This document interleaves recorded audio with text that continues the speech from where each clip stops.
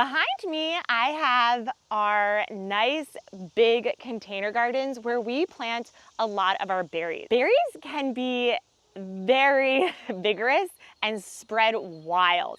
So we decided to plant them in these containers, and the one that we're going to talk about today is the goji berry. This is actually a superfood powerhouse, and what's crazy is with one plant you're able to actually get pounds and pounds of goji berries throughout the years with them. They're an amazing plant to grow. They're super easy, great for beginners.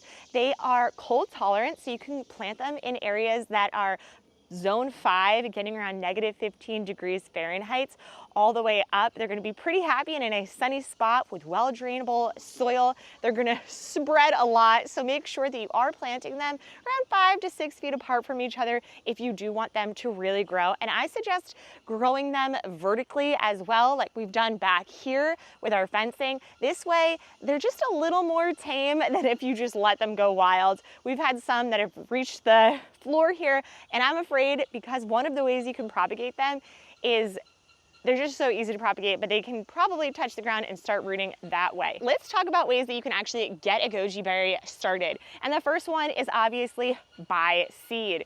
You can just plant that seed and let it grow into a plant. Now, this is a great method for growing any plant, but it can take a little bit longer in order for it to really start growing and getting to the fruiting stages. So the next two ways are gonna get you to a fruiting stage much better. And one is by root division. So actually going into your well-grown plant and dividing it by the roots into multiple different plants.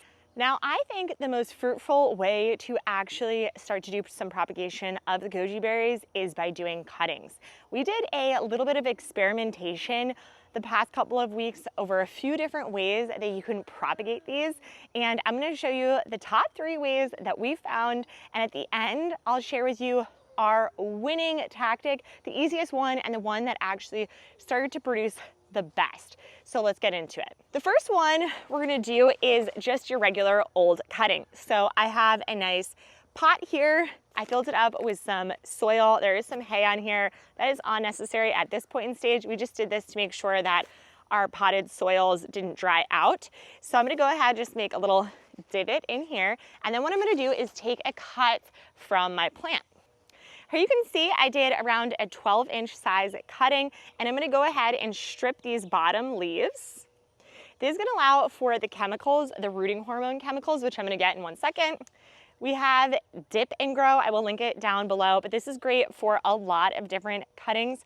But by taking the leaves off, it's gonna allow for the chemicals to actually penetrate into the cutting. So I'm just going to swirl it in here.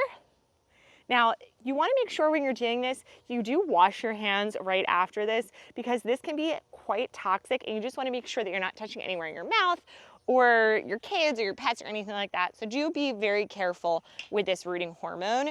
And then what I'm going to do, I'm going to take my pot that I have here and just stick it in.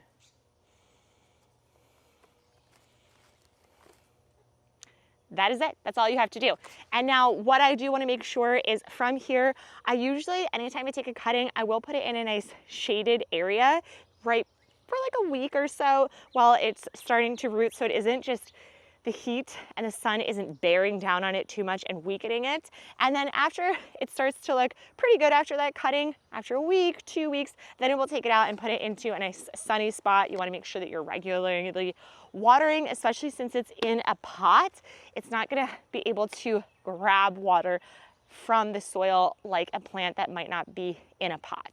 If you do plant this in the ground, you won't have to water it as regularly once it does start to root. This right here is an example of the one that we did about 3 or 4 weeks ago now at this point. It is still growing. There's some nice green growth on it. You can see this is more of the hard end that we actually had cut for this. So it is growing. It's growing kind of funkily, I think, just the way it was sitting, but it has nice roots in here, and this is something that we could go put at our farm stand and sell for around $15 in our area. You can actually see the roots coming out there at the bottom, so you know that this is doing really well. That's actually crazy roots. It is really rooted in the past 3 to 4 weeks. The next one here is a really funky method. So what we're going to do for this one is all you need is a pot with a hole in the bottom. So what we're going to do now is we're going to actually take one of the branches, and we're going to fish it through, and then that's all you need to do. And then we'll fill this with soil.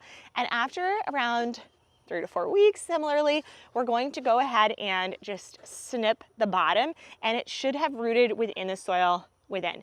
So I'll show you what a more mature one looks like, but let's get into how you actually do this. So I'll take the hole. This one right here is pretty close to the ground, so I'll go ahead and do that one. I'm going to just fish it through. Once you actually fish it through, you want to make sure to take off the leaves, anywhere that's going to be in the dirt. This way the dirt will actually start to touch the branch, and it will start to signify that the soil is there, and will signify that it should start rooting in that area. So I'm going to go ahead, take this. I have another pot of soil. I'm going to pour the soil into here.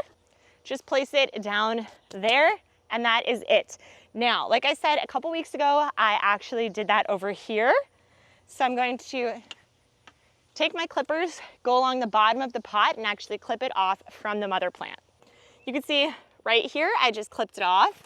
And what's really great, first off, this has grown tremendously. It was not nearly this long at all. We did it around 12 inches, similarly to the other one. So all of this is probably extra growth here.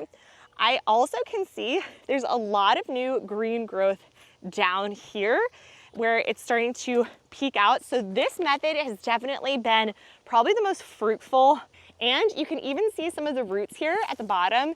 So it definitely has rooted. You can go ahead and look in if you wanted to, but if you do have a pot with nice holes at the bottom, you'll be able to see this as well and know that it's ready to go.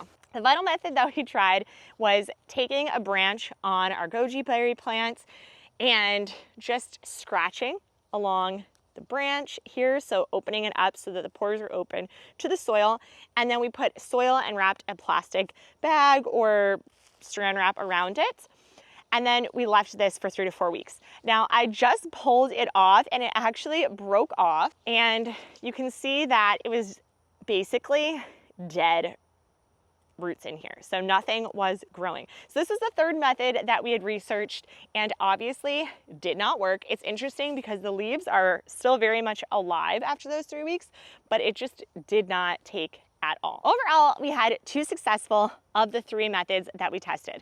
The first one that we went over was actually taking a cutting, dipping it into rooting hormone, and letting it go. This is a really great method. I think it is the least time consuming. It's easy because you can take multiple cuttings off of one branch, and you can easily start them and get going. You can just put them into a pot and set them out wherever you want them. The second method that we talked about was actually taking the branch off of the mother, but keeping it connected and fishing it through the pot. This is great because it had the energy from the mother plant, so it definitely grew a lot more. And we also started to get some rootings and growth at the base in the soil. I think that this really had a lot more energy, so it was able to grow a lot more vigorously, although it was a little bit harder. It required more time, and there isn't as much space in the basin of our plant to have this method work really well.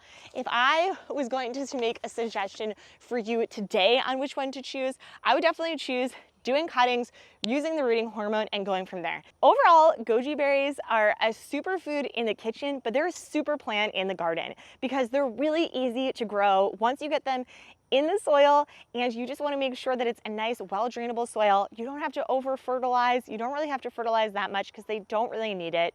They are going to be tolerant to colder temperatures up to -15 degrees Fahrenheit, and they overall just grow so vigorously.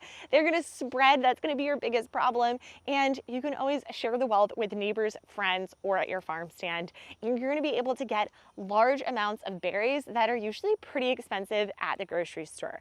They also are going to be amazing for pollinators once they do start to get some of those flowers. So if you're interested in growing goji berries, I 100% suggest it. And you might not even need to buy a plant. You can just get a cutting from your friends.